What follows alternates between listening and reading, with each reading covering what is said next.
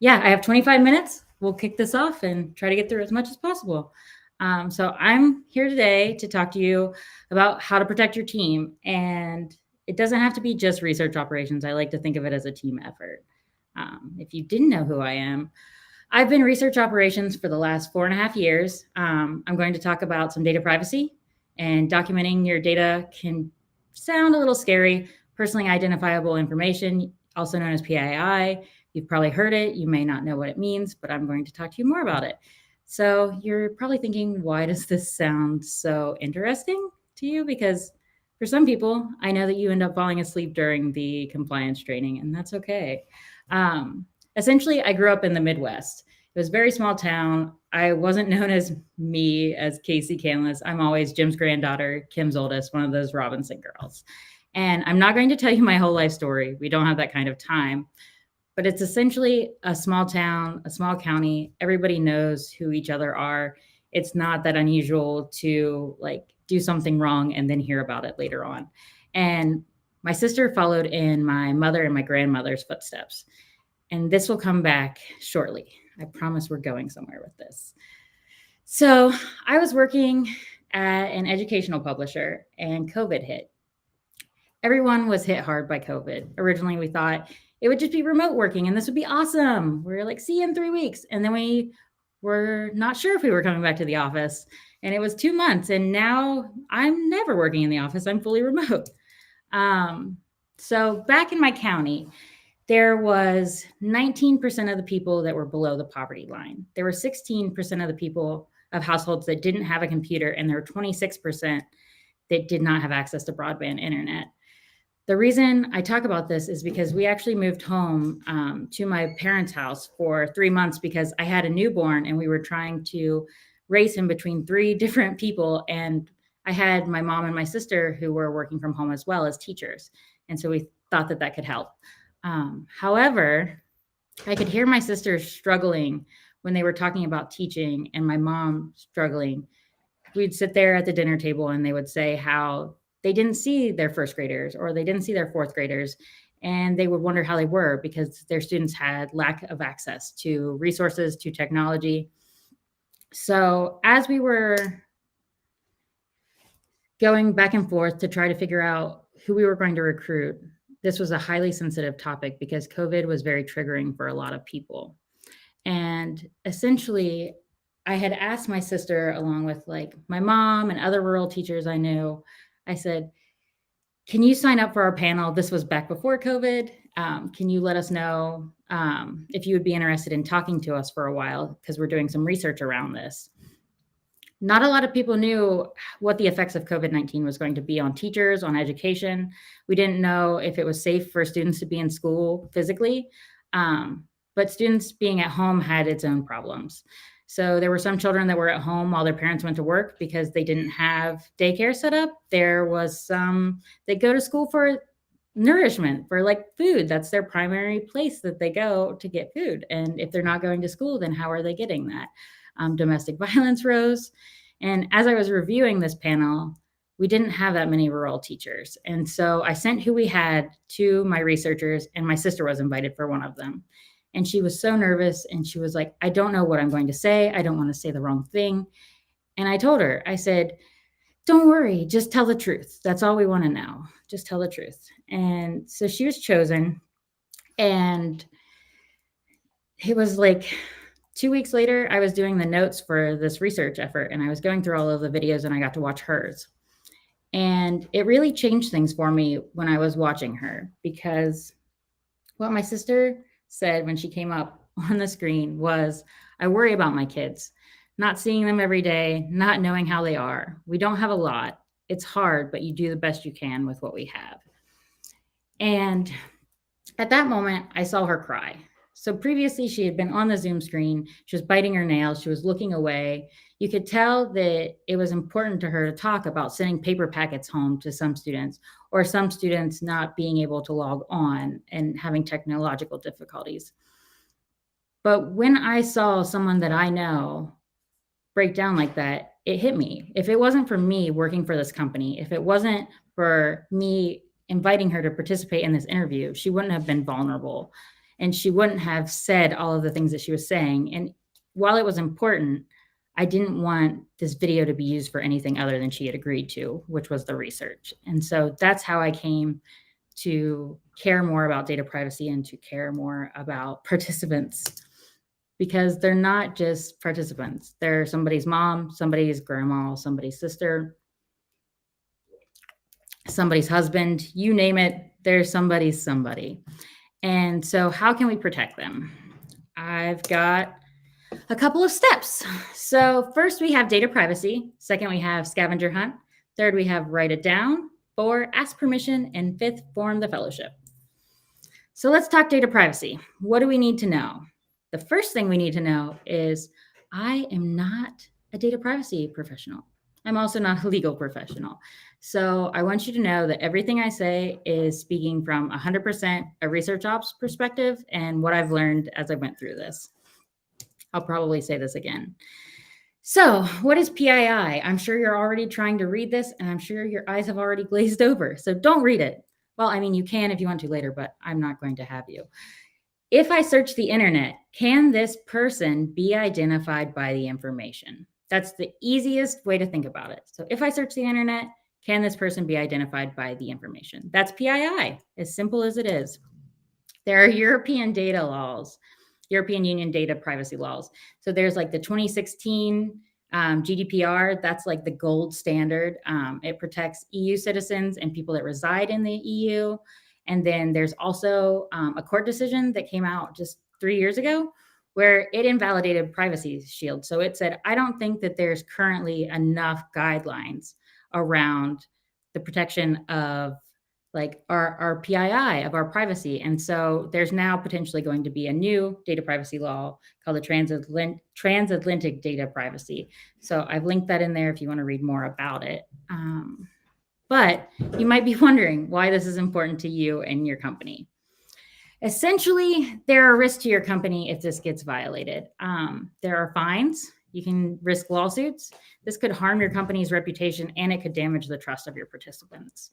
And you're probably like, well, why would companies get fined? And essentially, the way that companies can get fined is if employees are instructed to collect data illegally. So if you're like, should we really be collecting this? And they're like, sure, yeah. Maybe you should dig in more and make sure there's a reason behind it, because essentially you should have a reason for anything that you're collecting. Or maybe that you don't have the necessary security measures. So it's very easy to get someone's information. All right. So you're like, great, that's cool. I love that you're telling me about my company, but why is it important to you? So you can actually be held responsible. If you're knowingly collecting, keeping, sharing personal data illegally, and it's not related to your job, and you don't have permission from your data controller, which is often your employer, or if you sell the personal data, that could be terribly bad.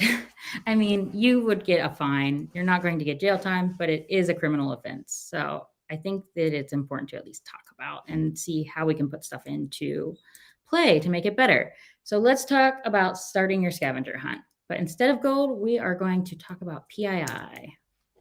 So the 5 questions you need to know are who, what, where, when, and why. We've all learned this in grade school. We're going to bring it back again. And then once you know, write it down, because seriously, remembering is really hard. I've tried it. It doesn't work well. I've also got a basic template that I have shared with Rory and he'll share with you.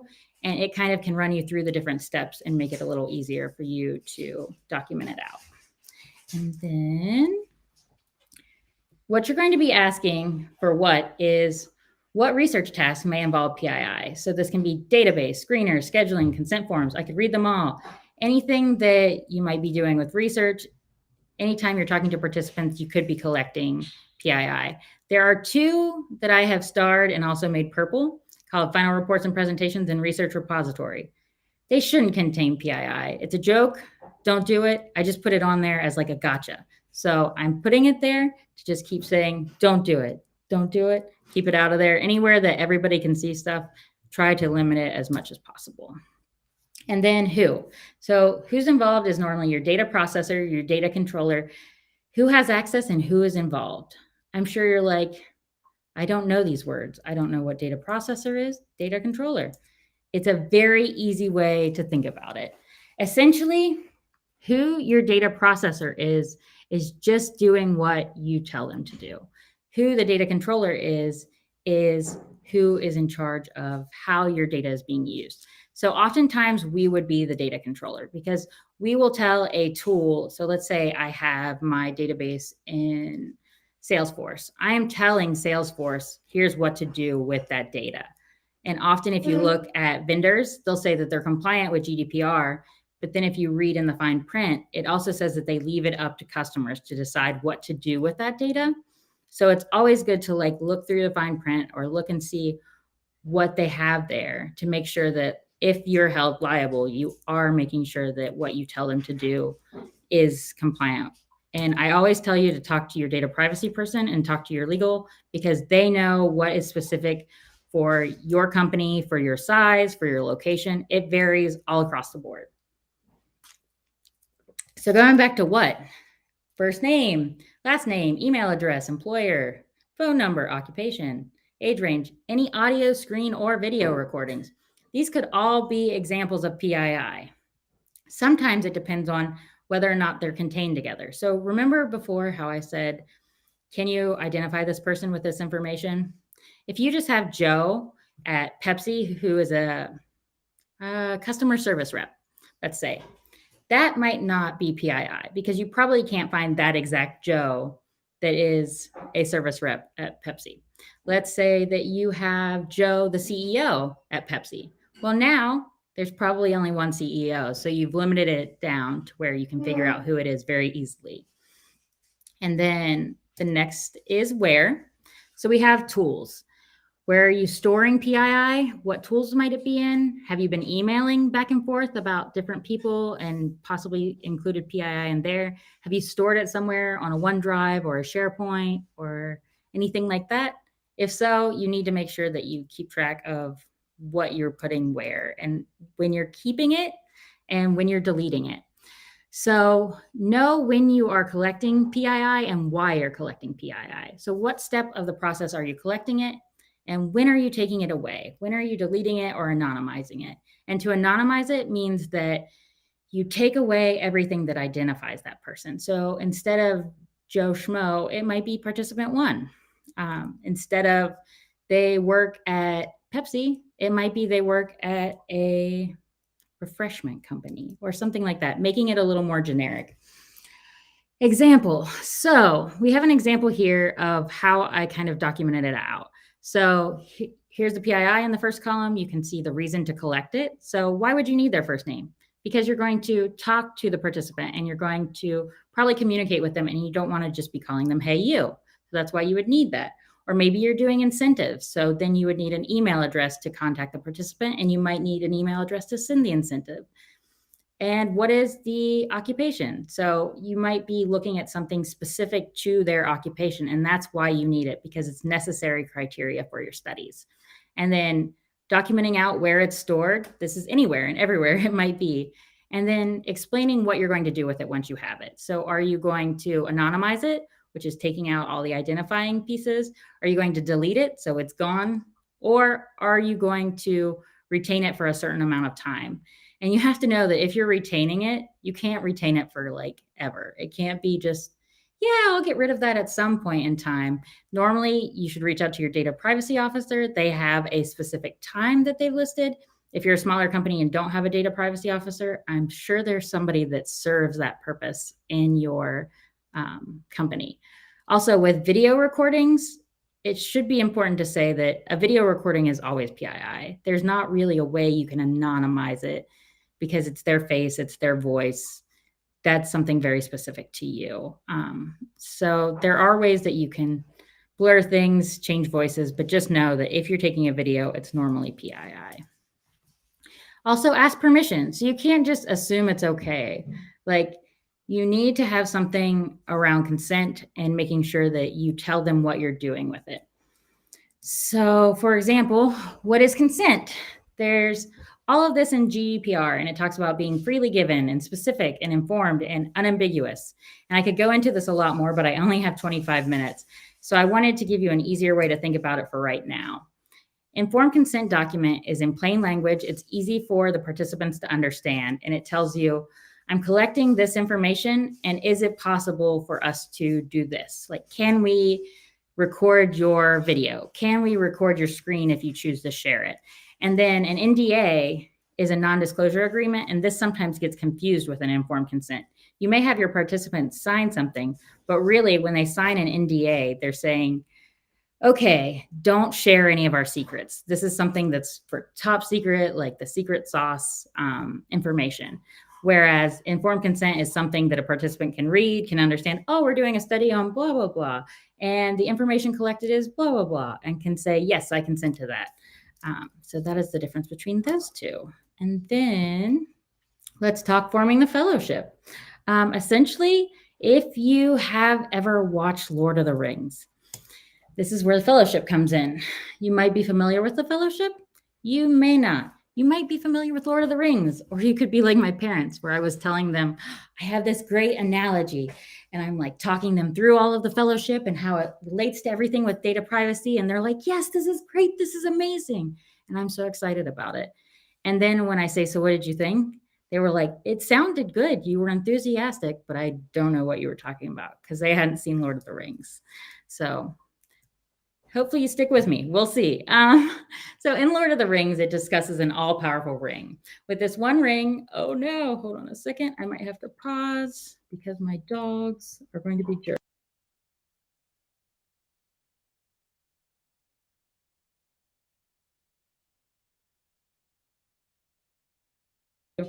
Sorry about that. There is a never-ending feud with the mailman, and he just comes to our house every time, and he's running late today. So back to the PII, or back to the one ring. Can you all hear me? Yes? Good? All right. All good. Perfect. Sorry about that. So with the one ring, if it's in the wrong hands, you could destroy everything. So the ring is PII, because you have to keep PII safe, and you have to keep it safe until it can be destroyed, because it can corrupt even the most pure-hearted. And so I always like to think of us as the hobbits. All right. So the people who do research are the hobbits. You are the pure-hearted ones. And the fellowship is essentially created to protect the one ring. So you are in charge of working with all of these people that are legal, that are data privacy, that are your project team, and anybody who's doing research or interacting with participants. You have to keep it safe on its journey through all of the research, through all of whatever you're doing, usability studies, you say it, you know it, until you can destroy it in Mount Doom or delete it off of your SharePoint or wherever it might go. So this is essentially your fellowship, and that's how it relates to Lord of the Rings. PII, ring. Data privacy, maybe Legolas, I don't know. And so essentially, just remember that you always need to keep it safe, and you're not alone in this. You don't have to be the people that know everything about everything. You actually have a lot of wonderful people that are the experts in their fields. That's why I say I'm just a research ops professional. I work with people who are in data privacy. I work with people who are in legal, because they know more about their specific field than I do, and they can help inform me. And I promise that if you go and talk to them, they're going to be more than excited to talk with you about what they do and how you can make things compliant. So to sum it up, we've got data privacy and security. So this is your team where they can conduct a privacy review the feedback, give you advice on any issues, like how long should you keep this? When should it be anonymized? They can also set up different safeguards. So it might be stuff around controlling who has access to your information, or setting up auto deletion. And then we have legal. So that's where it's ensuring that you have the proper documentation in place. This is normally where it comes to, like, if you're having them draft NDAs, or if they're drafting participation terms, if you have a program or something where you use it as a panel to get participants in. They can also review your informed consent documents to make sure it doesn't conflict with your NDAs or any other legal documents that they might sign, because it is essentially considered a legal document. So you want to make sure that they are saying the same thing. So to bring it back We can ask permission, we can limit access, we can store it in a secure place, we can delete it when it's no longer needed, or when a participant revokes permission. So remember how I said like you can't keep it forever? Also, participants can say, you know what, I don't feel really great about that video that I did, or I don't want you to have that anymore. And it's up to you to delete that when they ask, because they are in charge of their own information. And talk to your team about processes. Use that sheet that I gave you. Say, hey, what documents do we need? What templates do we need? What best practices should we have in here? And have that get implemented. And last of all, I'm going to reemphasize that there is no one size fits all approach. It's based on how much risk your company is willing to take. Each company is different. Each company has different regions, different laws, different places, different industries. It could be all over the board. And so I will always ask you to reach out to your professionals in your company because they know what is right for you. They know what is right for your company. And then there's also some more, like this is it for this presentation, but I do have some stuff in the appendix as well to help you around just who's European countries, what's adequate, what's not, just to give you more information. So that is it for my presentation. Excellent. Thank you very much. I thought that was a really good analogy with the Lord of the Rings for how you can kind of abuse, and the temptation is there to abuse it. It really is. You see stuff like that, and you not that you want to do that because you always have a really clear idea of what you want, but you're always like, there is so much that you could do that's terrible with it. So I always think the One Ring is a really nice analogy. Great. So as we said at the start, if you have any questions, please do add them in on the side there if you're watching on uxdx.com or on whichever platform you're watching on, and I'll put those questions through to Kasey. But I've got a couple of different questions that I want to touch on. The first one I'll start with is, with that kind of security group, do you advocate, and there's two kind of ways that I've seen this work. There's the kind of the gate that you have to go through them to get things done, or there's the audit approach where they tell you it and they might audit you at some point to make sure it's working. Which do you have a preference for which way kind of company structure, or if there's a pro and con that you see of that? A gate or an audit? Is there a pro or a con? They both sound like cons to me. No, I'm just kidding. I like to, it's great if it's already set up in there, but oftentimes, whatever your circumstances are, whatever like research you're setting up, they might not have thought about it in that specific way. So, what I normally say is when you're initially starting to think about these things and you fill out that sheet and you get all of your information there, that helps start the conversation. So, then you just set up like a half hour or however long it may be and just say, hey, I'd like to run you through the different things that we're collecting. And I'd like to start an informed consent document. So, then you talk to legal and you say, hey, here's what we're doing, and here's what I'd like to ask them if it's okay if we do. Because oftentimes you'll maybe not have an informed consent document. So you've just been collecting this. And it's really great to kind of like start bringing them into the conversation because they can really change how you're looking at things and help guide you in a proper way. And I guess that some of the people out there might be watching from, I guess, smaller companies that don't have the security department or don't have the legal department. So what's the best steps you can do if you're kind of almost on your own doing this? Well, there's somebody somewhere, even if you have a team of 2 that is on your company, one of you is deciding about the chief data privacy officer. Like there's somebody that has to always be assigned that. So somebody is at least assigning that.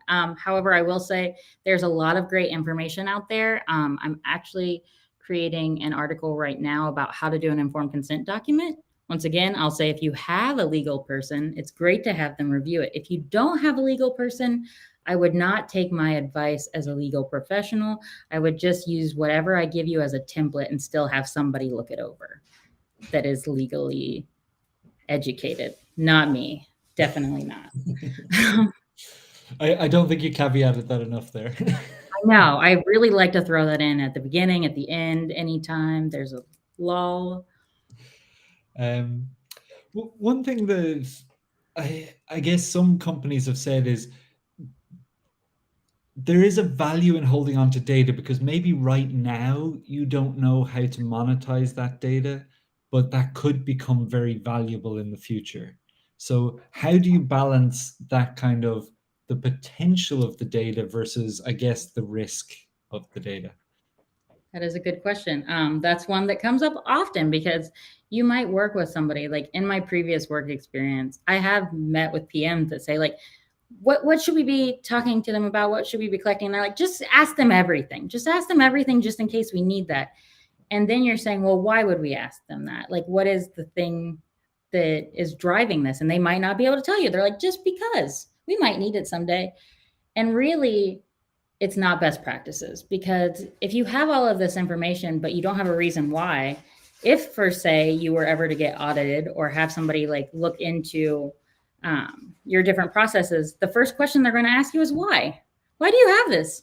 And if you say, well, that PM that was here like a year ago and he said just collect everything, they're not going to think that that's a great response. So I'll say that I know that that's a constant thing, but talk to your data privacy person, talk to legal or whoever decides in your company, and see what their retention policy is. See how long they want to keep things. Sometimes it's a year, sometimes it's 2 years, sometimes it's 6 months. And then really think about too, if I collect this data, am I really going to be going back to it in a year, in 2 years? And will it still be relevant? Well, I need to know that identifying information, or is it okay if I just know it's P1 or somebody from a soda company? Brilliant. Yeah, so hopefully people can get some, I guess, motivation to push back on those requests now. Yeah. Excellent. So that brings us to time. But thank you very much, Kasey. I really enjoyed that, and I hope everybody out there did as well. So thank you for sharing.